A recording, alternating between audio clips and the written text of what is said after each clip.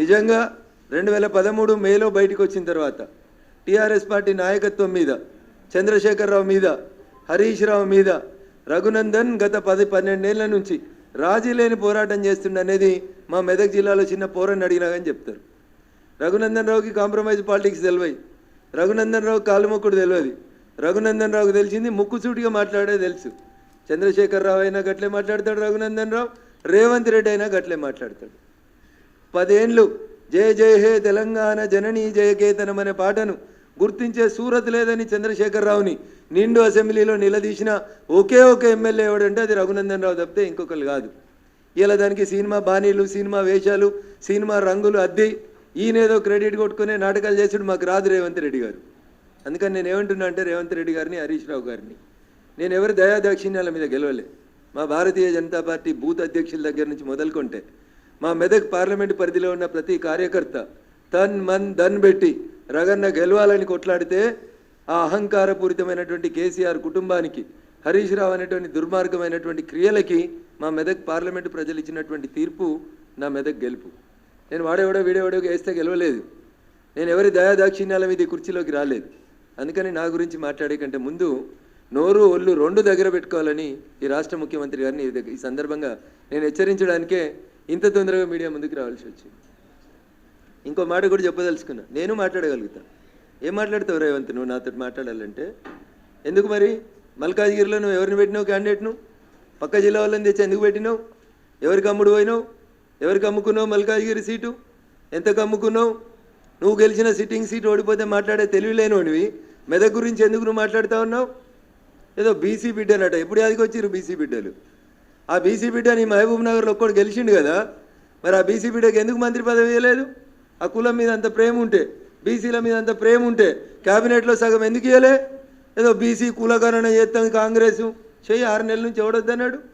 సర్పంచ్ ఎలక్షన్లలో కూడా ఇదే రిజల్ట్ వస్తుంది. ఆడలేక మధ్యలో ఓడిందని గెలవడం చేతగాక సొంత ఊర్లో గెలవనున్నాడు, పక్కన ఉన్నవానికి శుద్ధులు చెప్తాడు.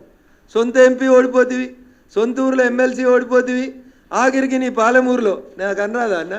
వంశీచంద్ అంటే నీకు పడదు, వంశీచంద్కి ఢిల్లీలో పరపతి ఉంది కాబట్టి వంశీచంద్ను ఓడగొట్టేందుకు నువ్వు ఒక పక్క పార్టీకి మద్దతు ఇచ్చినావని నాకు అనరాదా అన్న?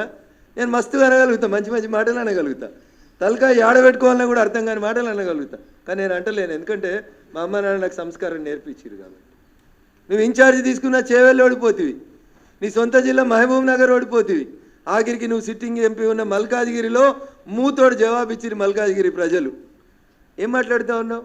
నాకు హరీష్ రావు సపోర్ట్ చేసినది నీకు చేతనైతే భుజంగరావు అనేటువంటి ఏసీపీ చెప్పిన స్టేట్మెంట్ మీద ఎందుకు హరీష్ రావు అనేటువంటి అరెస్ట్ చేస్తలేవో చెప్పు.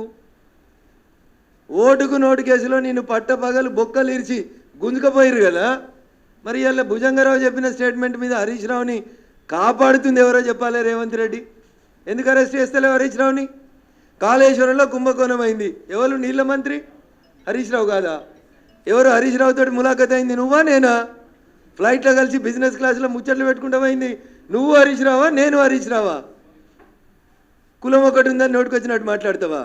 వెంకట్రామరెడ్డి నీ నెంబర్ 2 నీ కుర్చీ ఎత్తుకపోతా అని చూస్తున్నా పొంగిలేటి శ్రీనివాసరెడ్డికి సటకుడు కాదా? సటకుడో వియ్యంకుడో కాదా? నీకేమన్నా చేతనైతే ముందు నీ అడ్మినిస్ట్రేషన్ చూసుకో. రఘునందన్ రావు అనేటోడు ఎన్నికలు జరుగుతున్నటువంటి టైంలో 150 సార్లు సిద్దిపేట సిపికి ఫోన్ చేసిండు, మెదక్ ఎస్పీకి ఫోన్ చేసిండు, సంగారెడ్డి ఎస్పీకి ఫోన్ చేసిండు. బీఆర్ఎస్ పార్టీ అభ్యర్థి వెంకట్రామరెడ్డి అనేటోడు ఓటుకు 1000 రూపాయలు వంచుతుండు పట్టుకొని రని 150 ఫోన్ కాల్ చేసిన, నీ డీజీపీకి చెప్పిన, మీ ఇంటెలిజెన్స్ ఐజీకి చెప్పిన. మేం పోయి కార్లు పట్టుకొని కొడతామంటే పోలీసు వాళ్ళు వచ్చిర్రు. ఓటుకు 1000 రూపాయలు వంచితే ఆపడం చేత కానీ నువ్వు, నీకు అడ్మినిస్ట్రేషన్ తెలుసు, నీకు పోలీసోడు కంట్రోల్ ఉన్నాడు, నీకేమొస్తుందని రేవంత్ రెడ్డి ఏం తెలుసు? నీకు ఏం తెలుసు అంటున్నా? వెంకట్రామరెడ్డి పైసలు వంచుతుంటే ఎందుకు నీ తెలంగాణ పోలీసు వాళ్ళు ఆపలేకపోయినరో చెప్పు. నేను 20 ఎఫ్ఐఆర్లు చెప్పించిన, పోయి చేగుంటల ఫామ్ హౌస్లో 8 కోట్లు ఉన్నాయంటే నీ పోలీసు వాళ్ళు రాకపోతే మేము పోయి దాడి చేస్తామంటే అప్పుడు వచ్చింది నీ పోలీస్. గదానికి సమాధానం చెప్పు. గివి చెప్పడం చేత కాదు. ఒక్క పోలీసోడైనా నీ మాట వింటుండా? ఒక్క పోలీసోడు ఒకవేళ వింటే వెంకట్రామరెడ్డి పైసలు వంచుతుంటే నువ్వు బీసీ బిడ్డ అయినటువంటి నీలమ్మదికి మా మెదక్ జిల్లాలో అన్యాయం ఎందుకు చేసినావు? టీఆర్ఎస్ వాడు బీఆర్ఎస్ వాడు 1000 రూపాయలు ఓటుకు వంచుతుంటే నీ సొంత పార్టీని గెలిపించుకోక వెంకట్రామరెడ్డికి ఎందుకు సద్దులు మోసిండు నీ శ్రీనివాసరెడ్డి? పైసలు ఎట్లొచ్చినాయి మా మెదక్ జిల్లాకి? దగ్గర 200 కోట్లు ఖర్చు పెట్టిరు మెదక్ పార్లమెంట్ మీద బీఆర్ఎస్ పార్టీ. 6 ఎమ్మెల్యేలు నిలుసోని పైసలు వంచిరు ఓటుకు 1000 రూపాయలు. ఏది నీ police? Where is mister DGP? ఏరి మా పోలీస్ కమిషనర్లు? తీసుకో నా టెలిఫోన్ కాల్ హిస్టరీ. ఒక్కొక్క ఎస్ఐకి ఎన్నిసార్లు చేసిన, ఒక్కొక్క సిఐకి ఎన్నిసార్లు చేసిన, ఒక్కొక్క సిపిని ఎన్నిసార్లు కాల్ చేసిన అడుగు. పిలువు, మీటింగ్ పెట్టి రేపు ప్రగతి భవన్లో వస్తా, సెక్రటరియట్కి పిలువు, సమీక్ష పెట్టి వస్తా. నా టెలిఫోన్ అఫీషియల్ నెంబర్ నుంచి నేను పోలీసు వాళ్ళని బతిలాడినా, బెదిరించిన, సార్ పైసలు వంచుతూరు వచ్చి పట్టుకోమని చెప్పి. గది చేతగాలేదు నీకు, కానీ నువ్వు వచ్చి కథలు చెప్తా ఉన్నావు. రేపు వాళ్ళ ప్రియమిత్రుడు హరీష్ రావు గారిని సిద్దిపేటలో కూడా ఓడగొట్టేది భారతీయ జనతా పార్టీ కాబట్టి ఇప్పటి నుంచే ఏదో ఒక రకంగా హరీష్ని కాపాడుతందుకు శుద్ధులేస్తా ఉన్నాడు. లేకపోతే ఎందుకు పట్టుకుంటలేవు? కేసీఆర్ని ఎందుకు పట్టుకుంటలేవు?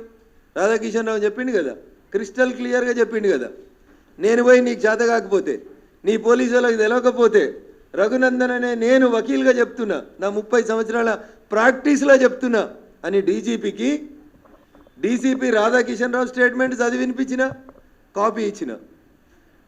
ఏసీపీ భుజంగరావు స్టేట్మెంట్ చదివి వినిపించిన, అండర్లైన్ చేసి చెప్పిన ఎక్కడ వాళ్ళు చెప్పిర్రు అనేటువంటి విషయం. అదే రకంగా సిఐ సాయి కిరణ్ ఏం చెప్పిండో చెప్పిన. వెంకట్రామరెడ్డికి వ్యతిరేకంగా ఇన్ని సాక్ష్యాధారాలను తీసుకొచ్చి నేను ఎన్నికలకు 10 రోజుల ముందు మీ డీజీ గారికి ఇస్తే ఎందుకు అరెస్ట్ చేయలే వెంకట్రామరెడ్డిని? అచ్చా, పొంగులేటి శ్రీనివాసరెడ్డికి వియ్యంకుడని అరెస్ట్ చేయలేదా?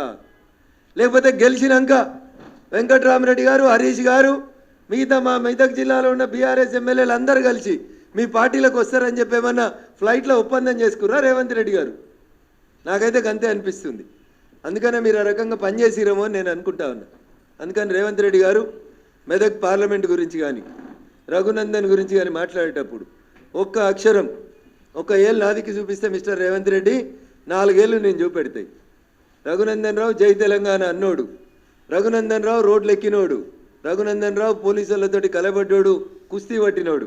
ఆఖరికి ప్రతి చౌరస్తాలో ఈట్కా జవాబ్ పత్తర్ సే దేంగే అని చెప్పి వచ్చినాడు రఘునందన్. కాబట్టి నీలాంటి వాళ్ళకి ఎవడు భయపడ్డాడు కాదు. రఘునందన్ గురించి మాట్లాడాలంటే బాగా దగ్గర పెట్టుకో, ఒళ్ళు దగ్గర పెట్టుకొని మాట్లాడుకో. నేను చెప్పిన దాంట్లో ఏమైనా తప్పు ఉందని నువ్వు చెప్తే నేను నిరూపించేందుకు సిద్ధంగా ఉన్నా. అరే 1200 ఓట్లలో పొంకనాలు కొట్టినావు, ఇంకా ఎమ్మెల్సీ మేనేజ్ చేసుకోవడం చేతగాలే. మాది నైతిక విజయం అంటాడు నీ మంత్రి ఒక ఆయన వచ్చి. ఓడిపోయినానికి నైతిక విజయం ఏముంటుంది? రాజకీయాల్లో జో జీతా ఓయి సికందర్, ఓడిపోయినోడు శుద్ధులు చెప్పుడేంది? ఏం చెప్తా ఉన్నారు మీరు ముచ్చట్లు? అందుకని మీరు ఒకసారి దయచేసి ఆలోచించుండ్రి, అర్థం చేసుకోండి ప్రజలారా. రేవంత్ రెడ్డి అనేట ఆయన నాకు చెప్పరాదా? మరి మహబూబాబాద్లో ఎట్లా గెలిచిరు మీరు? బీఆర్ఎస్ ఎంపీ లేదా మహబూబాబాద్లో? సిట్టింగ్ ఎంపీ ఎవరు? మహబూబాబాద్లో బీఆర్ఎస్ సిట్టింగ్ ఎంపీని ఓడగొట్టుకొని, మీ మాలోతు కవిత గారిని ఓడగొట్టుకొని కేసీఆర్ గారు, హరీష్ రావు గారు మీకు ఓట్లు వేయించిరా? బలరాం నాయక్ గారిని గెలిపించిరా? ఖమ్మంలో మీ పొంగులేటి శ్రీనివాసరెడ్డి వియ్యంకుని గెలిపించేందుకు ఈ పని చేసిరా? ఎవరిని నామా నాగేశ్వరరావుని బలి చేసి బీఆర్ఎస్ వాళ్ళంతా కాంగ్రెస్ కోట్లు వేసిరా? నేను మాట్లాడగలుగుతాను కదా, చాలా ఉన్నాయి కదా సాక్ష్యాలు, ఆధారాలు. 8 చోట్ల నువ్వు గెలిచినావు కదా, ఆ 8 చోట్లలో బీఆర్ఎస్ ఓట్ షిఫ్ట్ నీకు అయిందా? అదేనా హరీష్ రావుకి నీకు మధ్యలో ఉన్నటువంటి అగ్రిమెంటు? చంద్రశేఖరరావు అనేటువంటి బొందబెట్టి బీఆర్ఎస్ పార్టీని హస్తగతం చేసుకున్నందుకు, బీఆర్ఎస్కి 0 సీట్లు వచ్చేందుకు ప్రయత్నం చేస్తా అని అల్లుంతోటి నువ్వేమైనా అగ్రిమెంట్ చేసుకున్నావా రేవంత్ రెడ్డి? అందుకని రఘునందన్ గురించి మాట్లాడే కంటే ముందు, రఘునందన్ నోట్లో నోరు పెట్టే కంటే ముందు ఒళ్ళు దగ్గర పెట్టుకోమని చెప్పి అది ఎవరికైనా ఈ సందర్భంగా నేను చాలా స్పష్టంగా తెలియజేయదలుచుకున్నా. నేను చాలా స్ట్రైట్ ఫార్వర్డ్గా ఉంటా, ఉన్నది ఉన్నట్టే మాట్లాడతా, నిజాలే మాట్లాడతా.